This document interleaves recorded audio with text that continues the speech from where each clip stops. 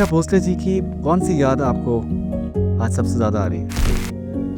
आदमी नहीं भुला पाता। वो ये था कि एक बचपना था, एक खोज थी, मुज़फ़्फ़र साहब ये कहना सही होगा कि लखनऊ आपका इश्क है?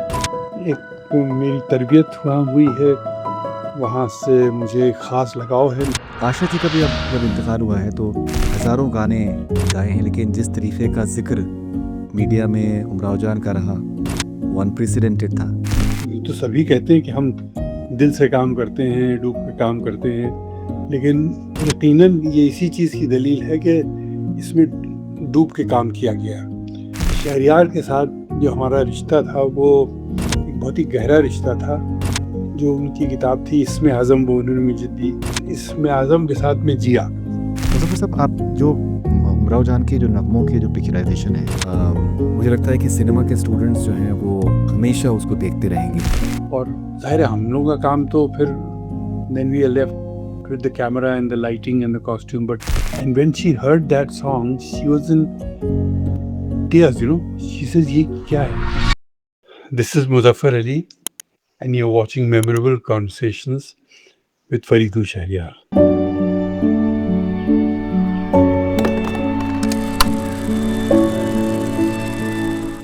मुज़फ़्फ़र साहब आदाब।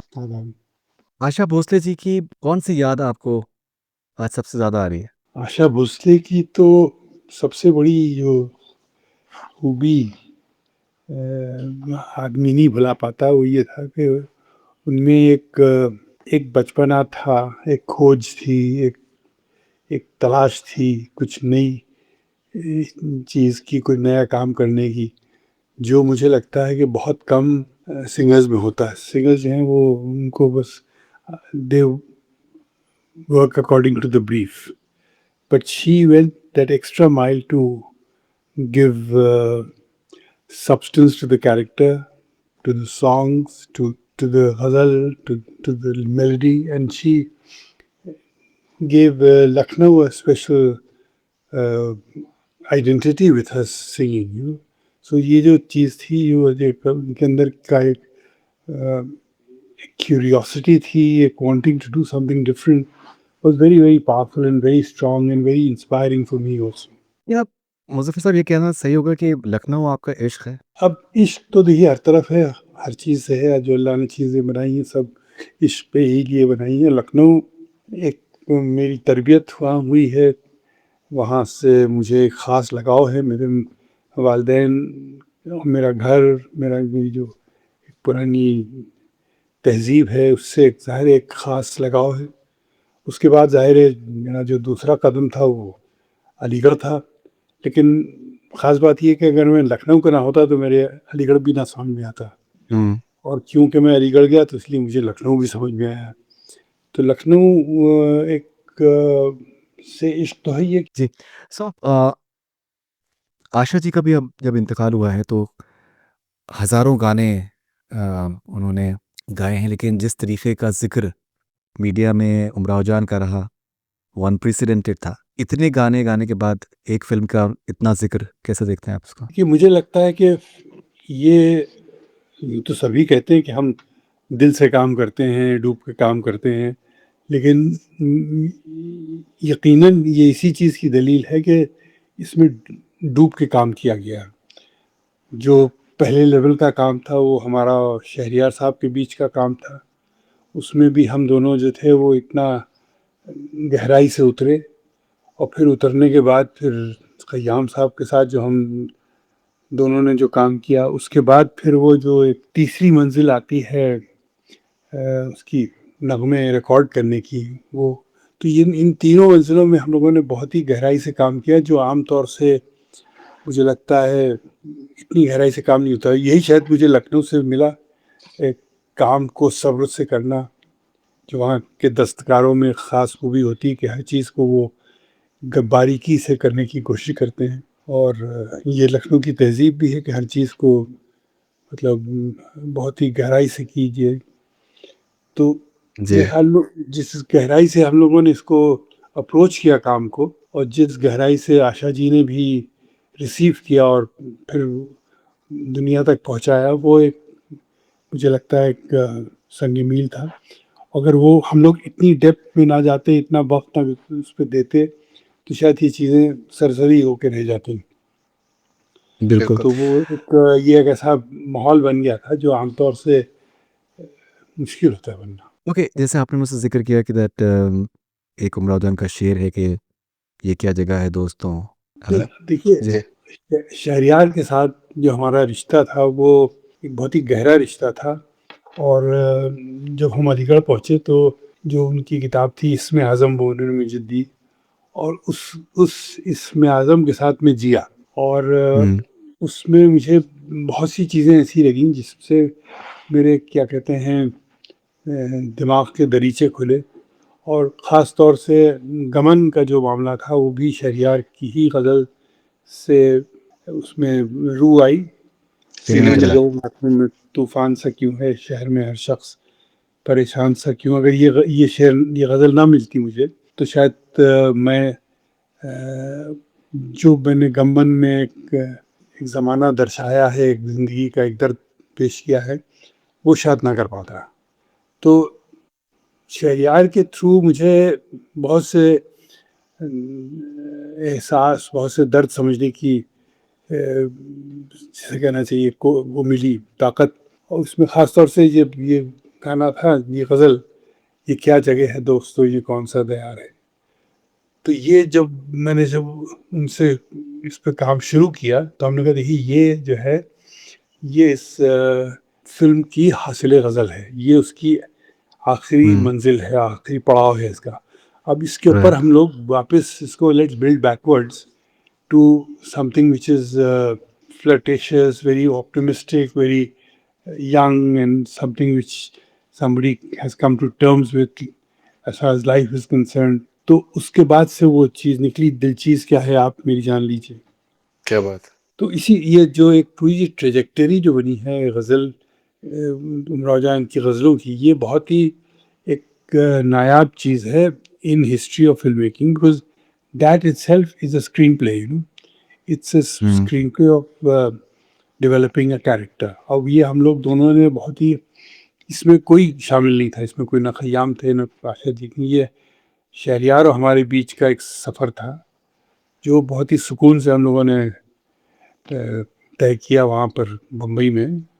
आई mean and we could arrive at least series of poems which depicted her journey. That was I think the first step. अगर वही ना होता तो शायद दूसरा कोई कदम ही ना होता। तो शहरियार साहब के साथ जो काम किया हमने, और वो एक नायाब काम था। तो मुझे लगता है कोई ऐसा शख्स हमारी ज़िंदगी में आएगा भी नहीं, क्योंकि उसके बाद हमने कई चीज़ें हम लोगों ने मिल के की हैं। कुछ चीज़ें पर्दे पे आ गई, कुछ चीज़ें दबी हैं। और हुँ, शहरियार साहब के साथ वो ये भी कहते थे यार कहाँ मुझसे ये औरतों की चीज़ें लिखवा रहे हो, मैं दूसरे तरह का हुँ, शायर हूँ। मैंने कहा आप देखिए कोशिश तो कीजिए, आप में वो सेंसिटिविटी और सलाहियत है जो इसमें इसकी डिमांड है।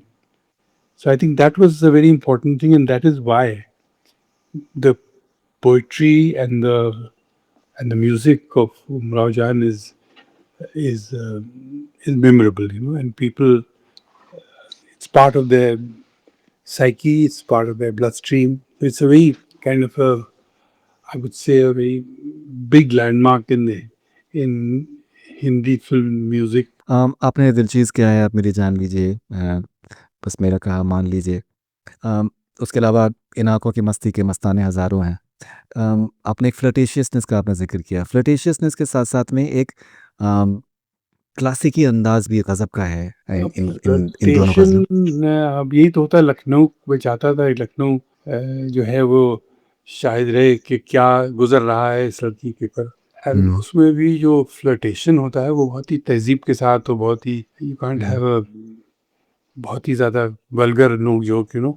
So I think he and I understood this culture, and we tried to bring that kind of refinement into the song, which is evident, which you know. जी। सो मुज़फ़्फ़र साहब, आशा जी ने मुझसे ज़िक्र किया था एक बार एक इंटरव्यू में कि कमाल अमरोही साहब का फ़ोन उनके पास में आया उमराव जान के रिलीज़ होने के बाद में, और उन्होंने कहा कि बीवी, हमें तो लगता था कि आप सिर्फ ताज़े तवाने गाने गा सकती हैं, लेकिन उमराव जान में आपने जो किया है वो काबिल तारीफ़ है। अम, अगर हम सिर्फ जिक्र करें दिलचीज़ क्या है और इन आँखों की मस्ती के, कि इसमें एक एक मर्थ है, एक खुशी है, एक रोमांस है, गज़ब का रोमांस है, लेकिन एट द सेम टाइम एक सोफिस्टिकेशन, तहज़ीब बहुत ज़्यादा है। आशा जी का जो मशहूर रही, वो she was very famous for her तड़कते-भड़कते गाने और कैबरेज़ एंड डांस नंबर्स, उसके लिए बहुत मशहूर वो रहीं। लेकिन जो यहाँ पर एक जो सर्टेन एलिमेंट में वो आती हैं, वो कभी सुनाई नहीं दी उस तरीके से। क्या it's a very unique sort of, मुझे लगता है कि कोलैबोरेशन जो बहुत ही रेयर है, कि उसके अंदर एक हाइट ऑफ रोमांस भी है। आप अब देखिए कि मतलब सदियों से, पिछले 40 साल में जो रोमांस हो रहा है, उसमें ये दिल चीज़ क्या है, आप मेरी जान लीजिए, बस एक बार मेरा काम मान लीजिए, ये हो ही रहा है। तो वो, how do you look at this unique Confluence of romance? It is a question of how she understood the character, how she understood the story, how she understood Awadh, how she understood Lucknow, and obviously the melody and the words. Because she wanted to drown herself into that culture. वो कह रही थी, मैंने बहुत काम किया जिंदगी में, मुझे कुछ ऐसा करना है जिससे मैं याद रहूं लोगों को. तो she hmm, made me read out the book to her twice, और फिर उसमें छोटी छोटी बातों से वो कुछ माने निकालती थी, सवाल पूछती थी, which was very child like, you know. फिर उनको मतलब वो उस कल्चर में इतना उनको डूब जाने का शौक था या उत्साह थी कि वो कहीं मुझे लखनऊ के खाने खाना है, लखनऊ के कबाब खाना है, लखनऊ वाह! का दो प्याज़ा कौरमा नमपुक खाना. तो हमारा एक कुक था ताहिर, वो आके उनसे सीखती थी. हो सकता है कि पता नहीं, अब उनका बाज़ वक़्त जो लोग जब वो किसी चीज़ में उतरना चाहते हैं, तो they don't leave any stone unturned, you know. बिल्कुल। And she didn't leave any stone unturned. She, I mean, can you imagine? She went to the extent of the cuisine of Lucknow, you know, to hmm. understand Umrao जान. कौन करता है आजकल? तो बिल्कुल definitely, और उसके अलावा जैसे एक ये ख़य्याम साहब ने भी बहुत फ़ेमसली कहा है कि उन्होंने 2 सुर आशा जी को नीचे गाने के लिए रिक्वेस्ट किया, जो कि उन्होंने कभी नहीं किया है। हमेशा उनका एक नेचुरली उनका एक हाई पिच उनका अंदाज़ है। कुछ रेज़िस्टेंस था क्या उसके लिए, अगर आपको याद हो तो, आशा जी का? रेजिस्टेंस तो नहीं था, लेकिन यही था कि क्या मैं कर सकती हूँ इसको. Um, can I sing everything in that scale, एक हुँ, स्केल नीचे. And then she realized कि yes, I can do it and I can make it different. So that was a big thing. She was a great sport. She was an innovator of her own kind. और जिस तरीके के वो आलाप देती थी इस पूरे काम में, जो उन्होंने आलाप दिए हैं, वो वाकई मतलब बहुत ही छोटे और बहुत ही दिल में उतरने वाले आलाप थे. तो that is something she went that extra mile to achieve that. And I think very few singers of this kind of star value have so many rehearsals, which she did. And she came, she wanted to get every word right. Word के अंदर जो सांस होती है, जो की word की एक नुआंस होता है, उसका वजन होता है, उसमें उतरना. Because she doesn't come from that culture, not a hmm. Mira actually. To they, to bring that to breathe that culture was quite a, I would say, a big challenge which she took upon herself. And वो एक ऐसा दौर था कि one take में recordings होना होती थी, एंड जो ऑर्नामेंटेशन है, जो ऑर्केस्ट्रेशन है हर नगमे का, मुझे लगता है कि it's a very very unique achievement, चाहे वो Yeah, अगर but हम सारंगी we की had Sarang the best musicians to play. You hmm, know, जैसे सुल्तान खान थे जो सारंगी पे थे, और भी शिव कुमार शर्मा थे, और इस तरीके के लोग थे जो शराफत खान साहब। शराफत खान थे. These kind hmm, of people were artists in their own right. You know, they were no less than anybody. So when they came all together, so it was quite a confluence of creativity. 100%। He did wonders with that kind of thing. And then obviously Khayyam always wanted another take, another take, another take, you know. So there were a lot of takes, and then it would take ages to decide which take is the best take, you know. Because there's something in each take which was very nice. But उस ज़माने में वो digital नहीं था मामला, तो it was all analog Exactly. actually. But anyway, we went through it and we did it and we. सो मुज़फ़्फ़र साहब, आप जो उमराव जान के जो नगमों की जो पिक्चराइजेशन है, मुझे लगता है कि सिनेमा के स्टूडेंट्स जो हैं वो हमेशा उसको देखते रहेंगे। बड़े से बड़े डायरेक्टर्स हों, चाहे संजय लीला भंसाली साहब हों, चाहे करण जौहर हों, कोई भी जो डायरेक्टर्स जिन्होंने क्लासिकल फ़िल्मों को बनाने की कोशिश करी है, तो वो उनके पास रेफ़रेंस पॉइंट गानों का उमराव जान के गानों का पिक्चराइजेशन ही होता है। जब इन गानों की रिहर्सल हो रही थी, क्या आपको एक एक तरीके का आप क्या विजुअलाइज़ कर रहे थे अपने माइंड में after after listening to what was you are hearing in the rehearsals, कि that this is something really grand that is going to happen? See, the thing is that the whole idea was to make something realistic and not extravagant. You know what I mean? Extravagance से realism जो है वो is a victim of extravagance, because you don't know कि क्या ज़माना था, क्या चीज़ थी, क्या वो था। आपने लेयर बाय लेयर उसको सजा दिया, but to get the right movement in the right light with the right kind of costumery expressions, वो चीज़ें खो जाती हैं। अब मैं उसमें चाहता तो और भी लड़कियों को नचा देता या कुछ भी कर देता, but I thought the focus on that individual and the feeling of the individual is very important, and that is why I think what happens is that normally when people try to go into period drama, they go over the top, and in going over the top there's a big risk that you're taking. You're making it look nice, but somewhere it's not penetrating the soul, you know? So that only comes from a very special design of the whole film. You know, you have to design the whole film like one long, you know, illusion, taking you back into that time, that period, that language. अब कपड़े भी जो होते हैं उसको भी you have to see that they are telling a story, you know. they don't, ये ना लगे किसी डिज़ाइनर से आपने कपड़े ऑर्डर किए. They should look worn, they should have a language, and that is what makes the difference to the songs also. If the songs are sung in a real way, in an authentic way, then they mean much more to the audience. So right. that is a heavy. That's what my style has been, to sketch each frame. Being a painter, I enjoy going that extra mile in choosing the palette, in choosing the colors, and choosing the patina to make the whole effort very unique. Yeah, back in time. हुँ। एक एक एक और मेरे mind में सवाल आ रहा है कि जो कोरियोग्राफी है, फॉर एग्ज़ाम्पल दिलचीज़ क्या है? आपने स्केचिंग की बात करी और पेंटिंग्स की आपने बात करी। Now you know it's a it's such a unique framing. अगर हम बात करें, वो जिस तरीके से अपने आँखों से और अपने हाथों से जिस तरीके से वो उनके उनकी अदाएँ हैं, या फिर जिस तरीके से उनके पैरों का जो जो मूवमेंट है जब वो बैठी हुई हैं, and the way she is moving it, and हाथों को जिस तरीके से मूव करें, ये ऐसे मूवमेंट्स हैं जिसके ऊपर थिएटर के अंदर सीटियाँ बज सकती हैं, because it is way I believe it's very populist. It's something that is catering to the masses in the best possible manner.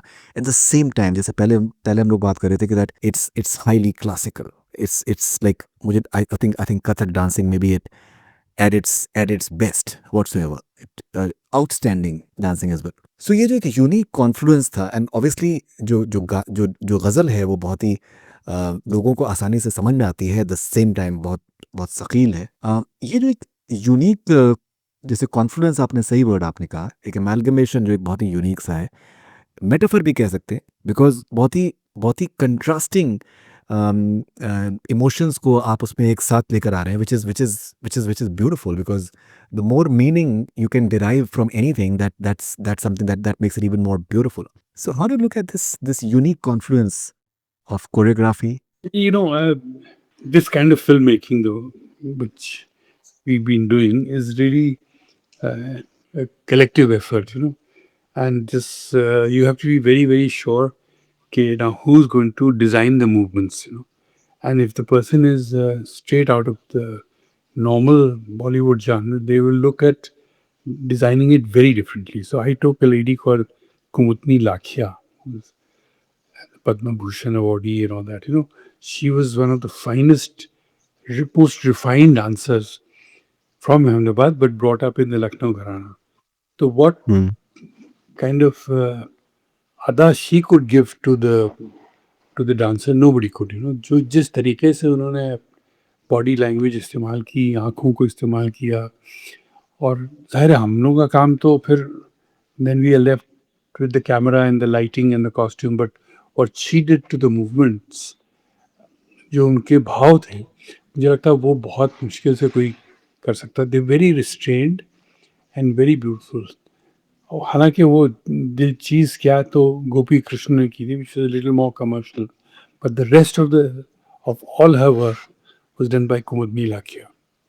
Hmm. And she got into that very special styling of classic gestures which would go with this kind of lyrics, you know. So that was a very the most, I think, elevating experience. So I think it's because at each point you get elevated by a talent you choose to put in. You know what I mean?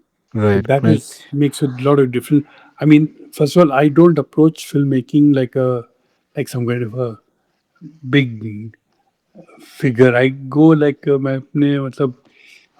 मैं अपने घर को बुलंदी पे चढ़ के क्या देखूं, उरूज फन मेरी दहलीज पर उतार मुझे, Wow. ये रिया साहब का शेर है।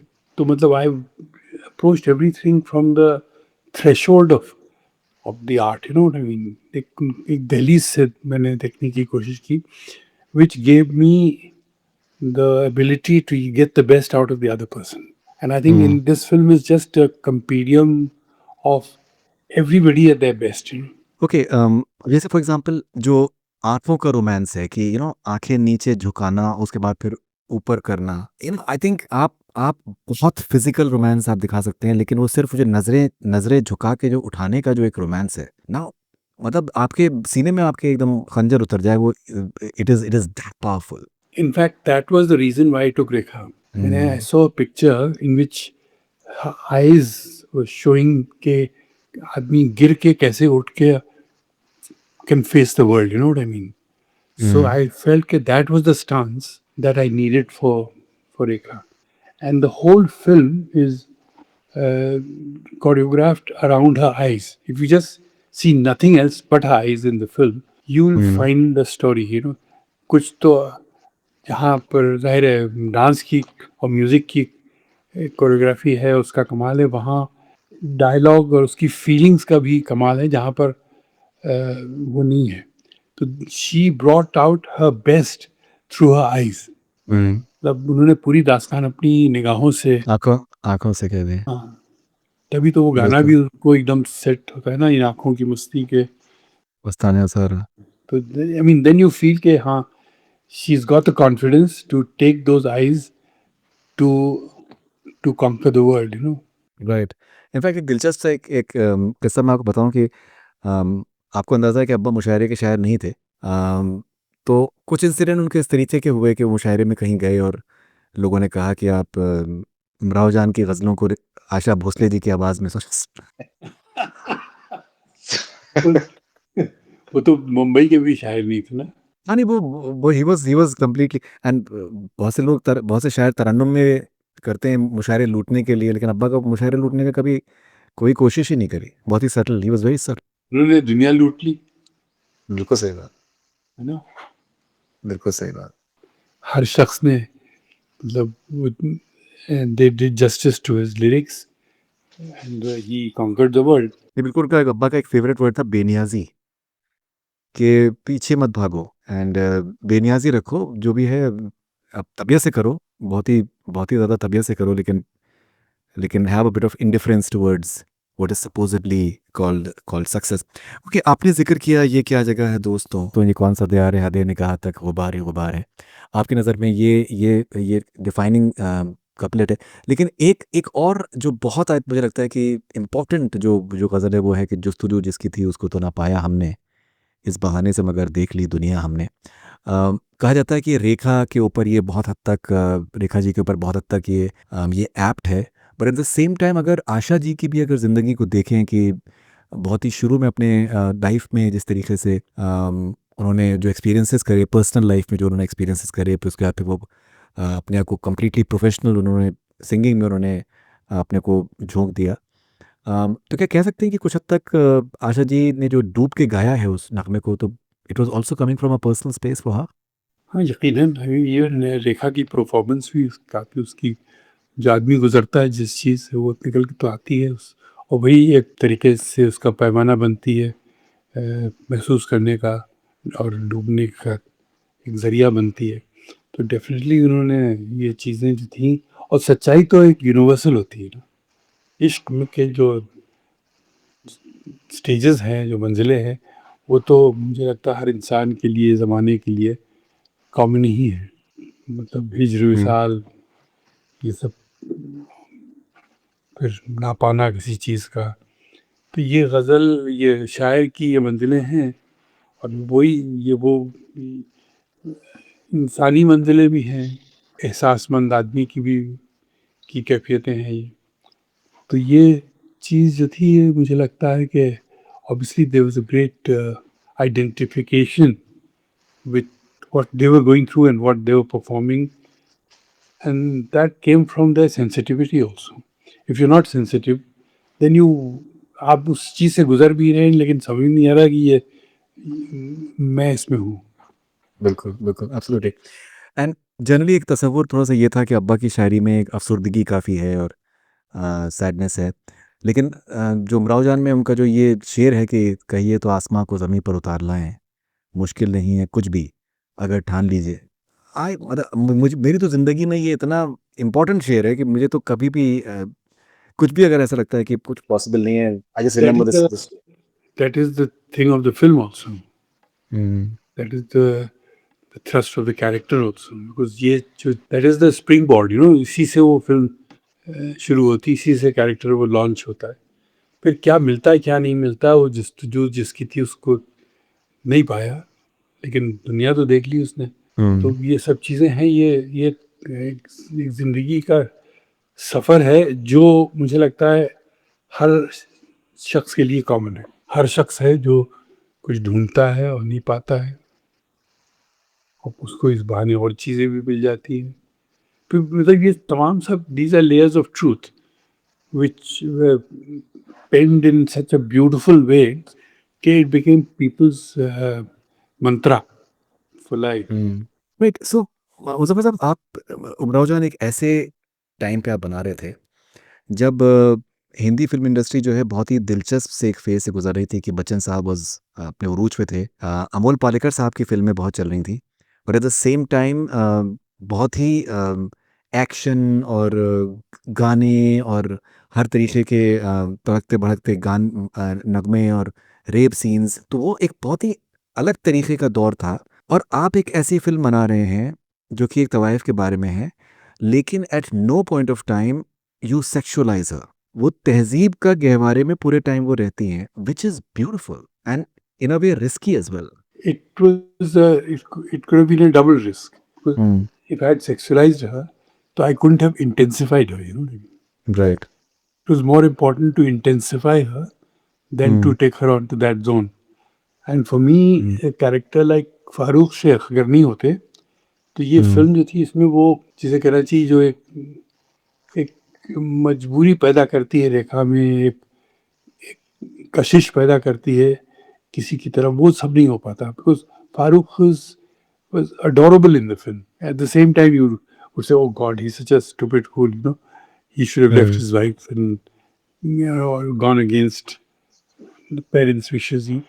But regardless of that, Farooq had that gentility to be what he was and to arrest her heart and yet not come out as a great man, ही ये जो पूरा ही मैन का कॉन्सेप्ट है वो बहुत ही एक डेंजरस होता है इस तरह की फिल्मों में. You can right, only put him in doses like a Raj Babbar or something like that. Right. Okay and आपने ज़ूनी भी आप बना रहे थे, जिसमें गाने भी रिकॉर्ड हुए हैं, ख़याम साहब की म्यूज़िक थी और आशा जी ने गाए थे वो गाने और गज़ब के गाने थे। जैसे मैंने आप ज़िक्र किया कि अब्बा वो गाने सुनते थे और रोते थे, रात में सुनते थे। कैसे उस टाइम पे तो कैसेट प्लेयर हुआ करता था एंड आपने उनको कैसेट में रिकॉर्ड करके उनको दिए थे गाने एंड सुनते थे and used to cry and all the songs orchestration के लेवल पे, डेप्थ के लेवल पे, सिंगिंग के लेवल पे, आशा जी मुझे लगता है कि अगर वो स्पेशली जो एक गाना है रुखे दिलदार दीदा, अगर वो आ गया होता तो मुझे लगता है कि that it would have been huge in her career as well, in her discography as well. इसको भी आप देखें ना तो वो कोई ऐसी आसानी से ये नहीं बना था. I took Shahryar with me to Kashmir. फिर मैंने उनसे कहा कि ज़रा सब्बा खातून की शायरी कीजिए.